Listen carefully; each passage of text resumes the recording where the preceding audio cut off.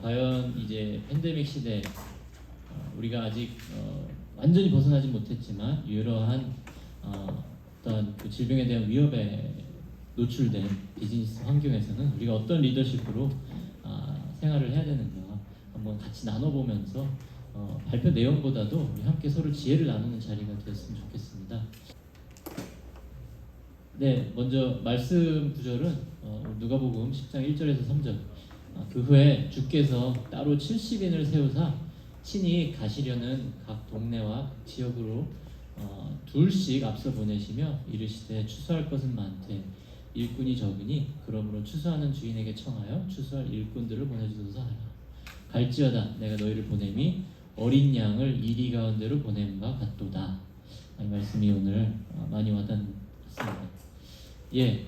지금 말씀드린 것 같이 이제 코로나 팬데믹이 종식되고 있습니다.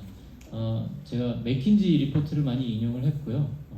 주로 영어로 나오는데 대략 설명드리면 이제 그 미국에서 측정한 그 확진자들, 그 병원에 입원하게 되는 중증 병자들의 그 율입니다. 그래서 보시면은 화면이 잘 안 보이시는데 21년에 큰 스파이크가 있다가 연중 내내 좀 잠잠하다가 다시 22년 초창기에 저희 나라도 똑같이 저런 스파이크를 봤었죠. 근데 이제는 이 리포트가 4월에 나왔던 건데요. 이제 다시 잠잠히 수그러들고 있다. 그래서 우리가 완연히 이 코로나 단계를 벗어날 것으로 이렇게 예측이 되고 있는 그런 리포트입니다. 이와 동시에 이제 환경에 어떤 변화가 있었느냐. 지금 이 그래프가 보여주는 게 부모님들이에요. 자녀가 있는 사람들, 없는 사람들. 자녀가 있는 사람들이 기존에 가지고 있던 스트레스가 47%밖에 없었는데 이 코로나가 시작되고 나서부터 오히려 아이들이 집에 있고 환경이 그렇게 되다 보니까 자녀가 있던 사람들이 스트레스로 증가율이 훨씬 높고요. 자녀가 없던 사람들은 그다지 큰 증가율은 없었다 하는 자료이고요.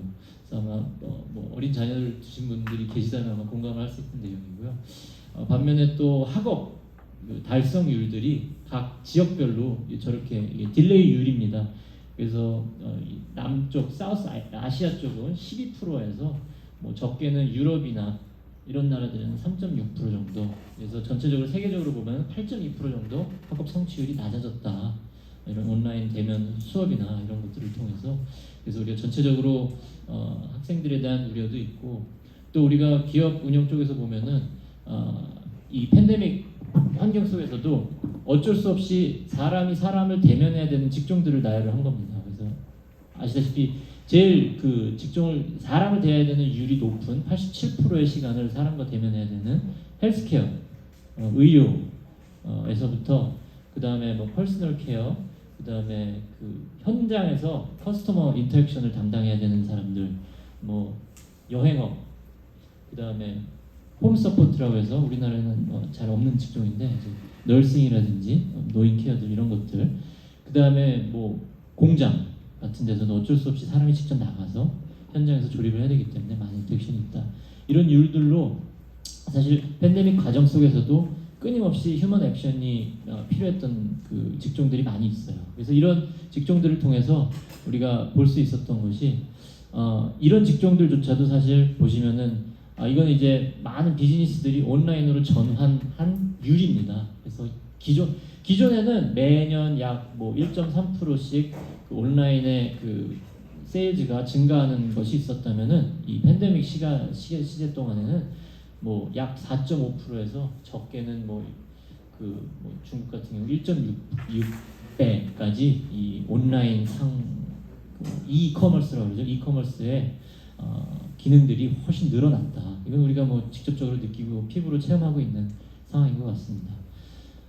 그리고 이제 직종별로 굉장히 많은 사람들의 직종 전환이 있었다고 합니다. 이동이 좀 잘 안 보이실 텐데 나중에 자료를 한번 공유할 수 있으면 좋겠습니다. 그래서 나라별로 이렇게 쭉 나와 있는데요. 아무래도 이렇게 뭐 아까 나열했던 이 헬스케어에서부터 뭐 오피스 서포트까지 보시면은 이 헬스케어 쪽은 이 디맨드가 더 높아진 겁니다. 사람들이 더 많이 필요로 하는 직군이 되어버렸고 이쪽 일반적인 그 사무직들은 오히려 디맨드가 더 낮아졌다고 해요. 그래서 일할 수 있는 환경, 일할 수 있는 숫자가 많이 줄어들었다고 합니다. 그래서 우리가 이렇게 저런 이커머스나 온라인의 그 상업적인 환경으로 인해서 우리의 비즈니스도 이렇게 급변하는 것을 볼 수가 있는데 이런 모든 환경들이 사실 우리 비즈니스를 하는 우리 CBMC 대표님들도 같이 노출되어 있는 환경이라 아마 같이 공유를 하면 좋겠다 싶었습니다. 그래서 실질적으로 많은 여러 가지 조사들이 있는데 한 가지 눈여겨볼 점은 지금 현재 이제 일하고 있는 분들이 약 44% 정도의 사람들이 굉장히 그 어떤 이 팬데믹, 즉 이 위기 상황에서 회사가 뚜렷한 비전이 없다는 것에 대해서 걱정하는 사람들이 44%나 됐다고 해요. 그래서 실제로 내가 일은 하고 있는데 내가 과연 이 일을 통해서 할 수 있는 것이 무엇인가, 이런 비전을 점점 사람들이 잃어가고 있다, 이런 리포트가 있었다고 합니다. 그래서 실제로 미국의 서베이긴 합니다만 약 55% 정도의 현재 일을 하고 있는 사람들이 이게 작년 11월에 조사했던 자료예요. 내년 되면은 55% 정도의 사람들이 난 다른 일을 알아볼 것 같다 라고 응답을 했다고 하고, 그리고 56% 정도의 사람들이 일을 하더라도 이제는 뭔가 이렇게 어저스터블 아워, 시간을 좀 조절할 수 있고 그리고 리모트 워크,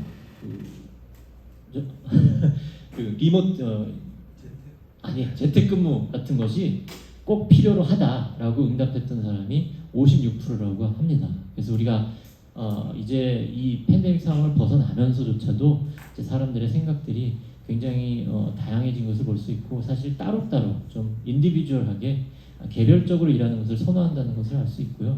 그래서 그런지 사실 현재 미국에서도 최악의 구인난을 겪고 있다고 그래요. 사람들이 많이 직장을 떠났던 사람들이 다시 돌아오지 않고, 근데 실제로 경제는 돌아가고 있고 사실 사람들이 많이 필요로 하는 직종이 있어요. 아까 보셨지만 휴먼 인터랙션이 많이 필요한 직종들이 다시 되살아나고 있는데, 이런 곳에서 일할 사람들이 필요한데 오히려 사람들을 찾지 못하는 그런 구인난을 겪고 있다고 하고요. 실제로 저희 나라에서도 중소기업 10곳 중에 6곳은 지금 현재 원하는 인재들을 채용을 못하고 있다고 합니다.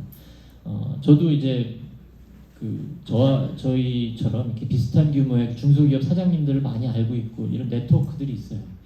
주말에도 골프를 같이 쳤는데 치다가 저는 물어보지 않았는데 갑자기 요즘 채용이 잘 되시냐 뭐 이런 얘기를 갑자기 하더라고요. 유수의 보일러 회사였어요. 저희 회사보다 더 큰 회사였는데 왜 그러시냐고 했더니 요즘 사람들이 너무 채용이 안 된다. 사람 찾기가 너무 힘들다. 내가 이 기업을 30년 해오면서 이런 환경을 처음 보는 것 같아. 뭐 이런 얘기를 하더라고요. 근데 속으로 저도 똑같은 생각을 하고 있었거든요. 야, 요즘 저는 뭐 비록 10여 년밖에 안 됐지만 저희 회사에 노출된 게 요즘처럼 사람 찾기가 힘든 환경이 없더라. 아마 여기 계신 대표님들도 비슷한 환경이 아닐까 이런 생각이 듭니다. 그래서 정말 요즘 중소기업 하시는 사장님들이 동일하게 하는 말씀이 정말 사람 찾기가 쉽지 않고 있던 사람들도 나가더라. 저희 회사도 사실 작년에 굉장히 오래된 팀장 중에 2명이 나갔어요. 정말 믿고 정말 오른팔 왼팔 하던 사람들인데 나간 이유가 뭐 어떤 연봉 더 줘서 나가는 게 아니고 내가 인생을 다시 생각을 해봐야 될 것 같다 이러면서 어떤 내가 여태까지 지내왔던 거에 대한 회의 혹은 앞으로 뭐 뚜렷한 어떤 다른 일자리를 가지고 퇴직을 한 게 아니고 자신의 인생에 대해서 생각하면서 이렇게 퇴직을 하는 사람들이, 근데 저희 회사만 그런 줄 알았더니 제가 요즘 만난 사람들마다 그걸 뭐라고 부르더라고요. 무슨 웨이브 같이인데요. 그래서 한 번씩 다 겪더라. 요즘 보면은 우르르 나가는 사태들이. 그래서 이것들이 뭐 경쟁 회사로 가는 것도 아니고 사람들이 어떤 인생에 대한 제 시각을 갖는 것 같더라. 뭐 이런 생각 말씀들을 하더라고요. 실제로 지금 뭐 구인난을 겪고 있고 실제로 공급되어지고 있는 인력도 부족한 마당에 더더욱이나 이런 인력들의 이동이 빈번해지니까 저희가 정말 작은 기업들이 인재를 채용하기가 더욱더 어려워지고 있다. 그래서 이런 도움을 필요로 하는 장소들이 많은데 이런 환경에서 정말 사람들이 더욱더 개별적으로 일하기를 원하고 다 흩어진 환경에서 좀 더 독립적으로 일하기를 원하는데, 이런 환경에서 과연 우리가 어떠한 리더십을 발휘해야 될까? 여기 계신 우리 비즈니스 대표님들 리더로서 어떠한 것을 할까? 그래서 제가 고민하다가 사실 예전에 제가 MBA를 과정을 밟았을 때 이런 강의를 들은 적이 있어요. 그 폴 로머라고 스탠포드 유니버시티 이제 파이낸셜 쪽의 프로페서입니다. 위기를 낭비하는 것은 너무 아깝다. Crisis is a terrible thing to waste라고 하는 유명한 말이 있는데, 즉 그때 당시에도 이제 경영적인 위기 상황이 생기면은 이것을 항상 위기에는 늘 기회가 동반하기 때문에 이것을 낭비하지 마라. 뭐 이런 뜻으로 취지로 얘기를 한 건데요. 저때 얘기했던 것이 어쩌다가 우리가 이런 환경에 왔느냐. 근데 이때 얘기했던 환경이 지금하고 똑같더라고요. 변화의 속도가 우리의 학습의 속도보다 빠르기 때문에, 그리고 알지 못하는 세계는 아는 세계가 매우 다르기 때문에, 그리고 모두가 볼 수는 있는데 알 수는 없기 때문에 이런 환경들이 만들어지는 거고, 우리가 알지 못한 미지의 영역은 시간이 갈수록 점점 커지고 있더라. 그리고 세상은 점점 평평해지고 있다. 이런 말씀을 하면서 이때 그 조직에 대해서 이야기를 하면서 이게 조직의 역사인데요. 영어로 되어 있지만 제가 한글로 풀이를 했습니다. 일반적으로 우리가 알고 있는 조직은 아마 스케일 조직이라고 그래서 가장 좋은 예가 이제 코카콜라 같은 거예요. 하나의 제품으로 정말 그 규모의 경제를 이루어서 대량 생산, 대량 네트워크, 대량 마케팅을 통해서 원가를 낮추면서 경쟁사들을 제압하면서 정말 수량의 경제로서 회사를 이끌어가는 기업들이 아마 우리 기업들의 최초의 모습이라고 볼 수 있습니다. 포드 자동차도 그랬고 코카콜라도 그랬고, 기본적으로 이런 회사들은 제품의 혁신을 기준으로 두고 있어요. 이러다가 이제 좀 더 경제가 발전하면서 이제 그 포트폴리오 조직들이 탄생하기 시작합니다. 어떻게 보면 우리나라 대기업들은 다 포트폴리오 조직들이에요. 이 조직들은 공통점은 금융 한 가지예요. 모든 기업들이 동일한 소스에서 금융적인 지원을 받되 굉장히 다변한 분야에서, 뭐 삼성이나 현대 같으면은 뭐 자동차도 만들지만, 삼성 같은 경우 반도체도 만들지만 뭐 보험회사도 하고 뭐 금융도 하고 뭐 여러 가지 다양한 건설도 하고 다양하게 하지 않습니까? 이런 것들이 우리가 익히 알고 있는 프로세스 혁신을 기반으로 한 포트폴리오 조직이고요. 그 다음에 나온 이제 회사들이 온디맨드라고 하는 고객 요구 혁신을 기반으로 한 회사입니다. 이런 회사들은 이제 프로젝트성으로 주로 움직이고 응대나 뭐 고객 응대 쪽에 굉장히 민감하게 반응을 해서 고객 지향적인 조직을 우리가 온디맨드 조직이라고 합니다. 뭐 좋은 예가 뭐 아마 넷플릭스나 아마존, 쿠팡과 같이 고객의 요구에 맞춰서 막 이렇게 변화하는 그런 기업들을 들 수가 있고요. 그 다음에 사실 이제 추구하는 조직이 엣지라는 조직이 있습니다. 엣지라는 기업 형태가 있어요. 이 그림 형태대로 말 그대로 핵심 가치 하나를 공유하면서 다변한 처소에서 다양한 비즈니스 유닛들이 개별적으로 움직이되 핵심적인 아이디어, 핵심 가치는 공유하는 일종 요즘 얘기하는 플랫폼을 기반으로 한 이런 비즈니스를 말씀드릴 수가 있어요. 사실 완연하게 이런 엣지 형태를 가진 기업은 아직 등장하지 않고 있습니다. 아마 뭐 구글이나 뭐 아마존이 가장 비슷한 형태로 근접을 하고 있는데, 근데 오히려 사실 오늘 아까 말씀드렸듯이 예수님의 리더십이 약간 이런 쪽에 가까워요. 아까 제자들을 뿔뿔이 보내면서 예수님이 가지고 있던 그런 말씀의 가치를 중심으로 해서, 심지어는 예수님이 이 세상에서 떠나셨을 때도 제자들과 그 사도들이 예수님의 가르침을 설파하고 오늘날까지 이루고 있지 않아요? 부분 점적인 조직으로 이런 말씀들을 전파하는 게 딱 엣지 조직이다. 그래서 뭐 다양한 기업들이 여러 가지 표현을 하고 있습니다. 시간이 없어서 좀 빨리 진행하겠습니다. 사실 요즘 또 화두가 되고 있는 게 엣지 컴퓨팅이라는 IT 쪽에 종사하는 분들이 얘기 들어보셨을 거예요. 이제 클라우드 컴퓨팅이 아니고 이제 엣지 컴퓨팅이다. 클라우드는 모든 기반들이 다 클라우드라는 중심적으로 네트워크가 연결돼서 중심에서 다시 퍼져가는 건데, 엣지는 그 각각 가진 기기들이 서로 소통하면서 말 그대로 이 엣지라는 게 이 테두리라는 얘기거든요. 테두리 조직들이 서로 유기적으로 움직이면서 일을 처리한다. 컴퓨팅에서 바로 이 단어를 쓰고 있더라고요. 그래서 요즘 우리 흔히 얘기하는 IoT나 이런 것들이 엣지 기반으로 한 그런 컴퓨팅이라고 보시면 됩니다. 이런 조직에서 우리가 이런 엣지가 어떻게 보면 우리 팬데믹 상황에서 가장 사람들도 선호하고 우리가 지향해야 되는 그런 조직이 아닐까 해서 이런 아이디어를 한번 들고 와봤어요. 그래서 엣지를 이용하는 데 있어서 우리의 리더로서 어떤 리더십 역량이 필요하냐. 5가지가 필요하다고 합니다. 그래서 첫 번째는 비전의 명확성, 두 번째는 숫자와 행동과 의도를 명확하게 통합해야 된다.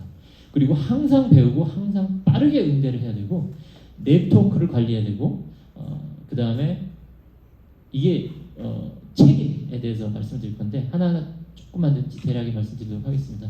비전의 명확성, 사람들을 어떻게 통솔하냐. 결국은 우리가 올바른 원칙과 단순하고 단호한 행동으로서 사람들을 통솔을 해야 할 수 있어야 되는데 우리 CBMC 대표님들은 이거에 대해서 크게 걱정할 필요가 없어요. 왜냐하면 성경적 원칙이 이런 것은 너무나 훌륭한 원칙을 사람들을 통솔할 수 있는 우리의 자아를 만들 수 있는 훌륭한 원칙으로 자리 잡고 있기 때문에 이것을 생각하면 되고요. 그 다음에 숫자와 행동과 의도의 통합.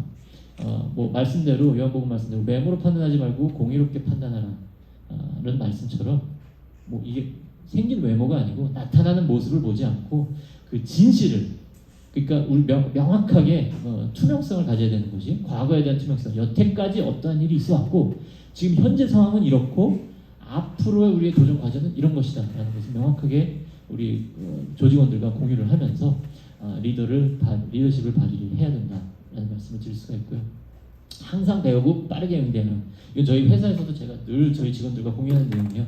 After Action Review라고 해가지고 이게 미국 군대가 2차 세계대전을 겪으면서 했던 단어인데요. 말 그대로 어떠한 행사나 혹은 어떠한 일이 있으면 바로 그 일이 끝난 그 즉시 그 장소에서 After Action, 액션이 끝난 후에 이걸 리뷰를 해야 된다. 그래서 리뷰할 내용은 예를 들어서 지금 이 발제를 했어요. 그럼 이 발제가 끝나고 나서 저는 애프터 액션 리뷰를 해야 돼요.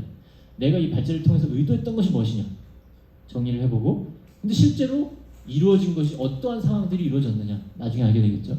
그리고 이걸 통해서 내가 배운 점이 무엇이고 이제부터 내가 그러면 이 배운 점을 통해서 할 일은 무엇이냐 그리고 내가 할 일을 통해서 내가 이 해야 할 일을 누가 더 알아야 되냐 내가 이걸 알려야 될 사람이 누구냐 이런 것들까지 정리를 해서 애프터 액션 리뷰 이거를 최대한 빨리 해서 조직을 변화시켜야 된다는 얘기예요.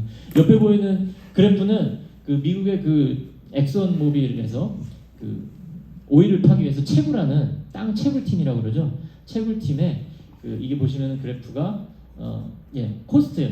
드릴하는 코스트고 이게 드릴한 숫자예요. 다들 아시겠습니다만은 드릴을 하면 할수록 코스트는 낮아집니다.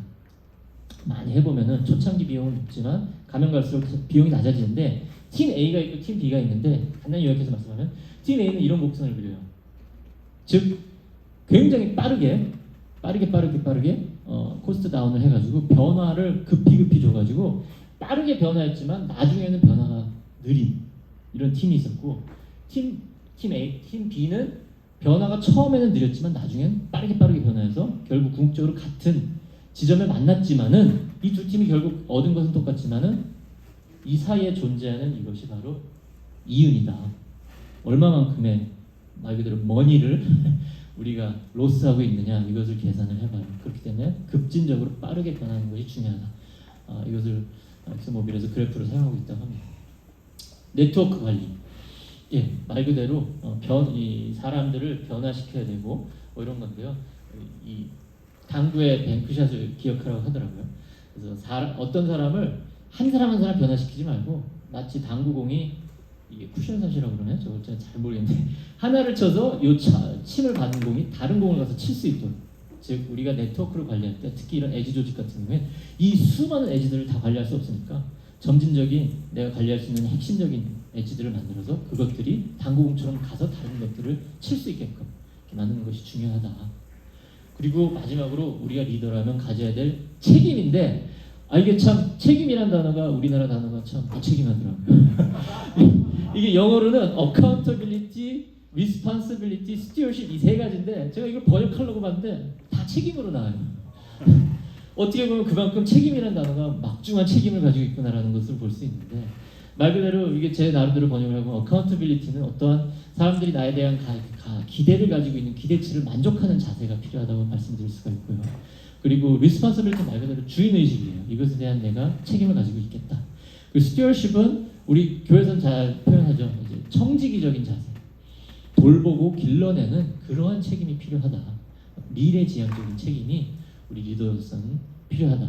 이것이 우리가 이 팬데믹 상황에서 점점 흩어지려고 하는 이런 사람들의 성향을 뭐 이렇게 리더십으로 응집할 수 있는 그런 리더십의 역량들이라고 합니다.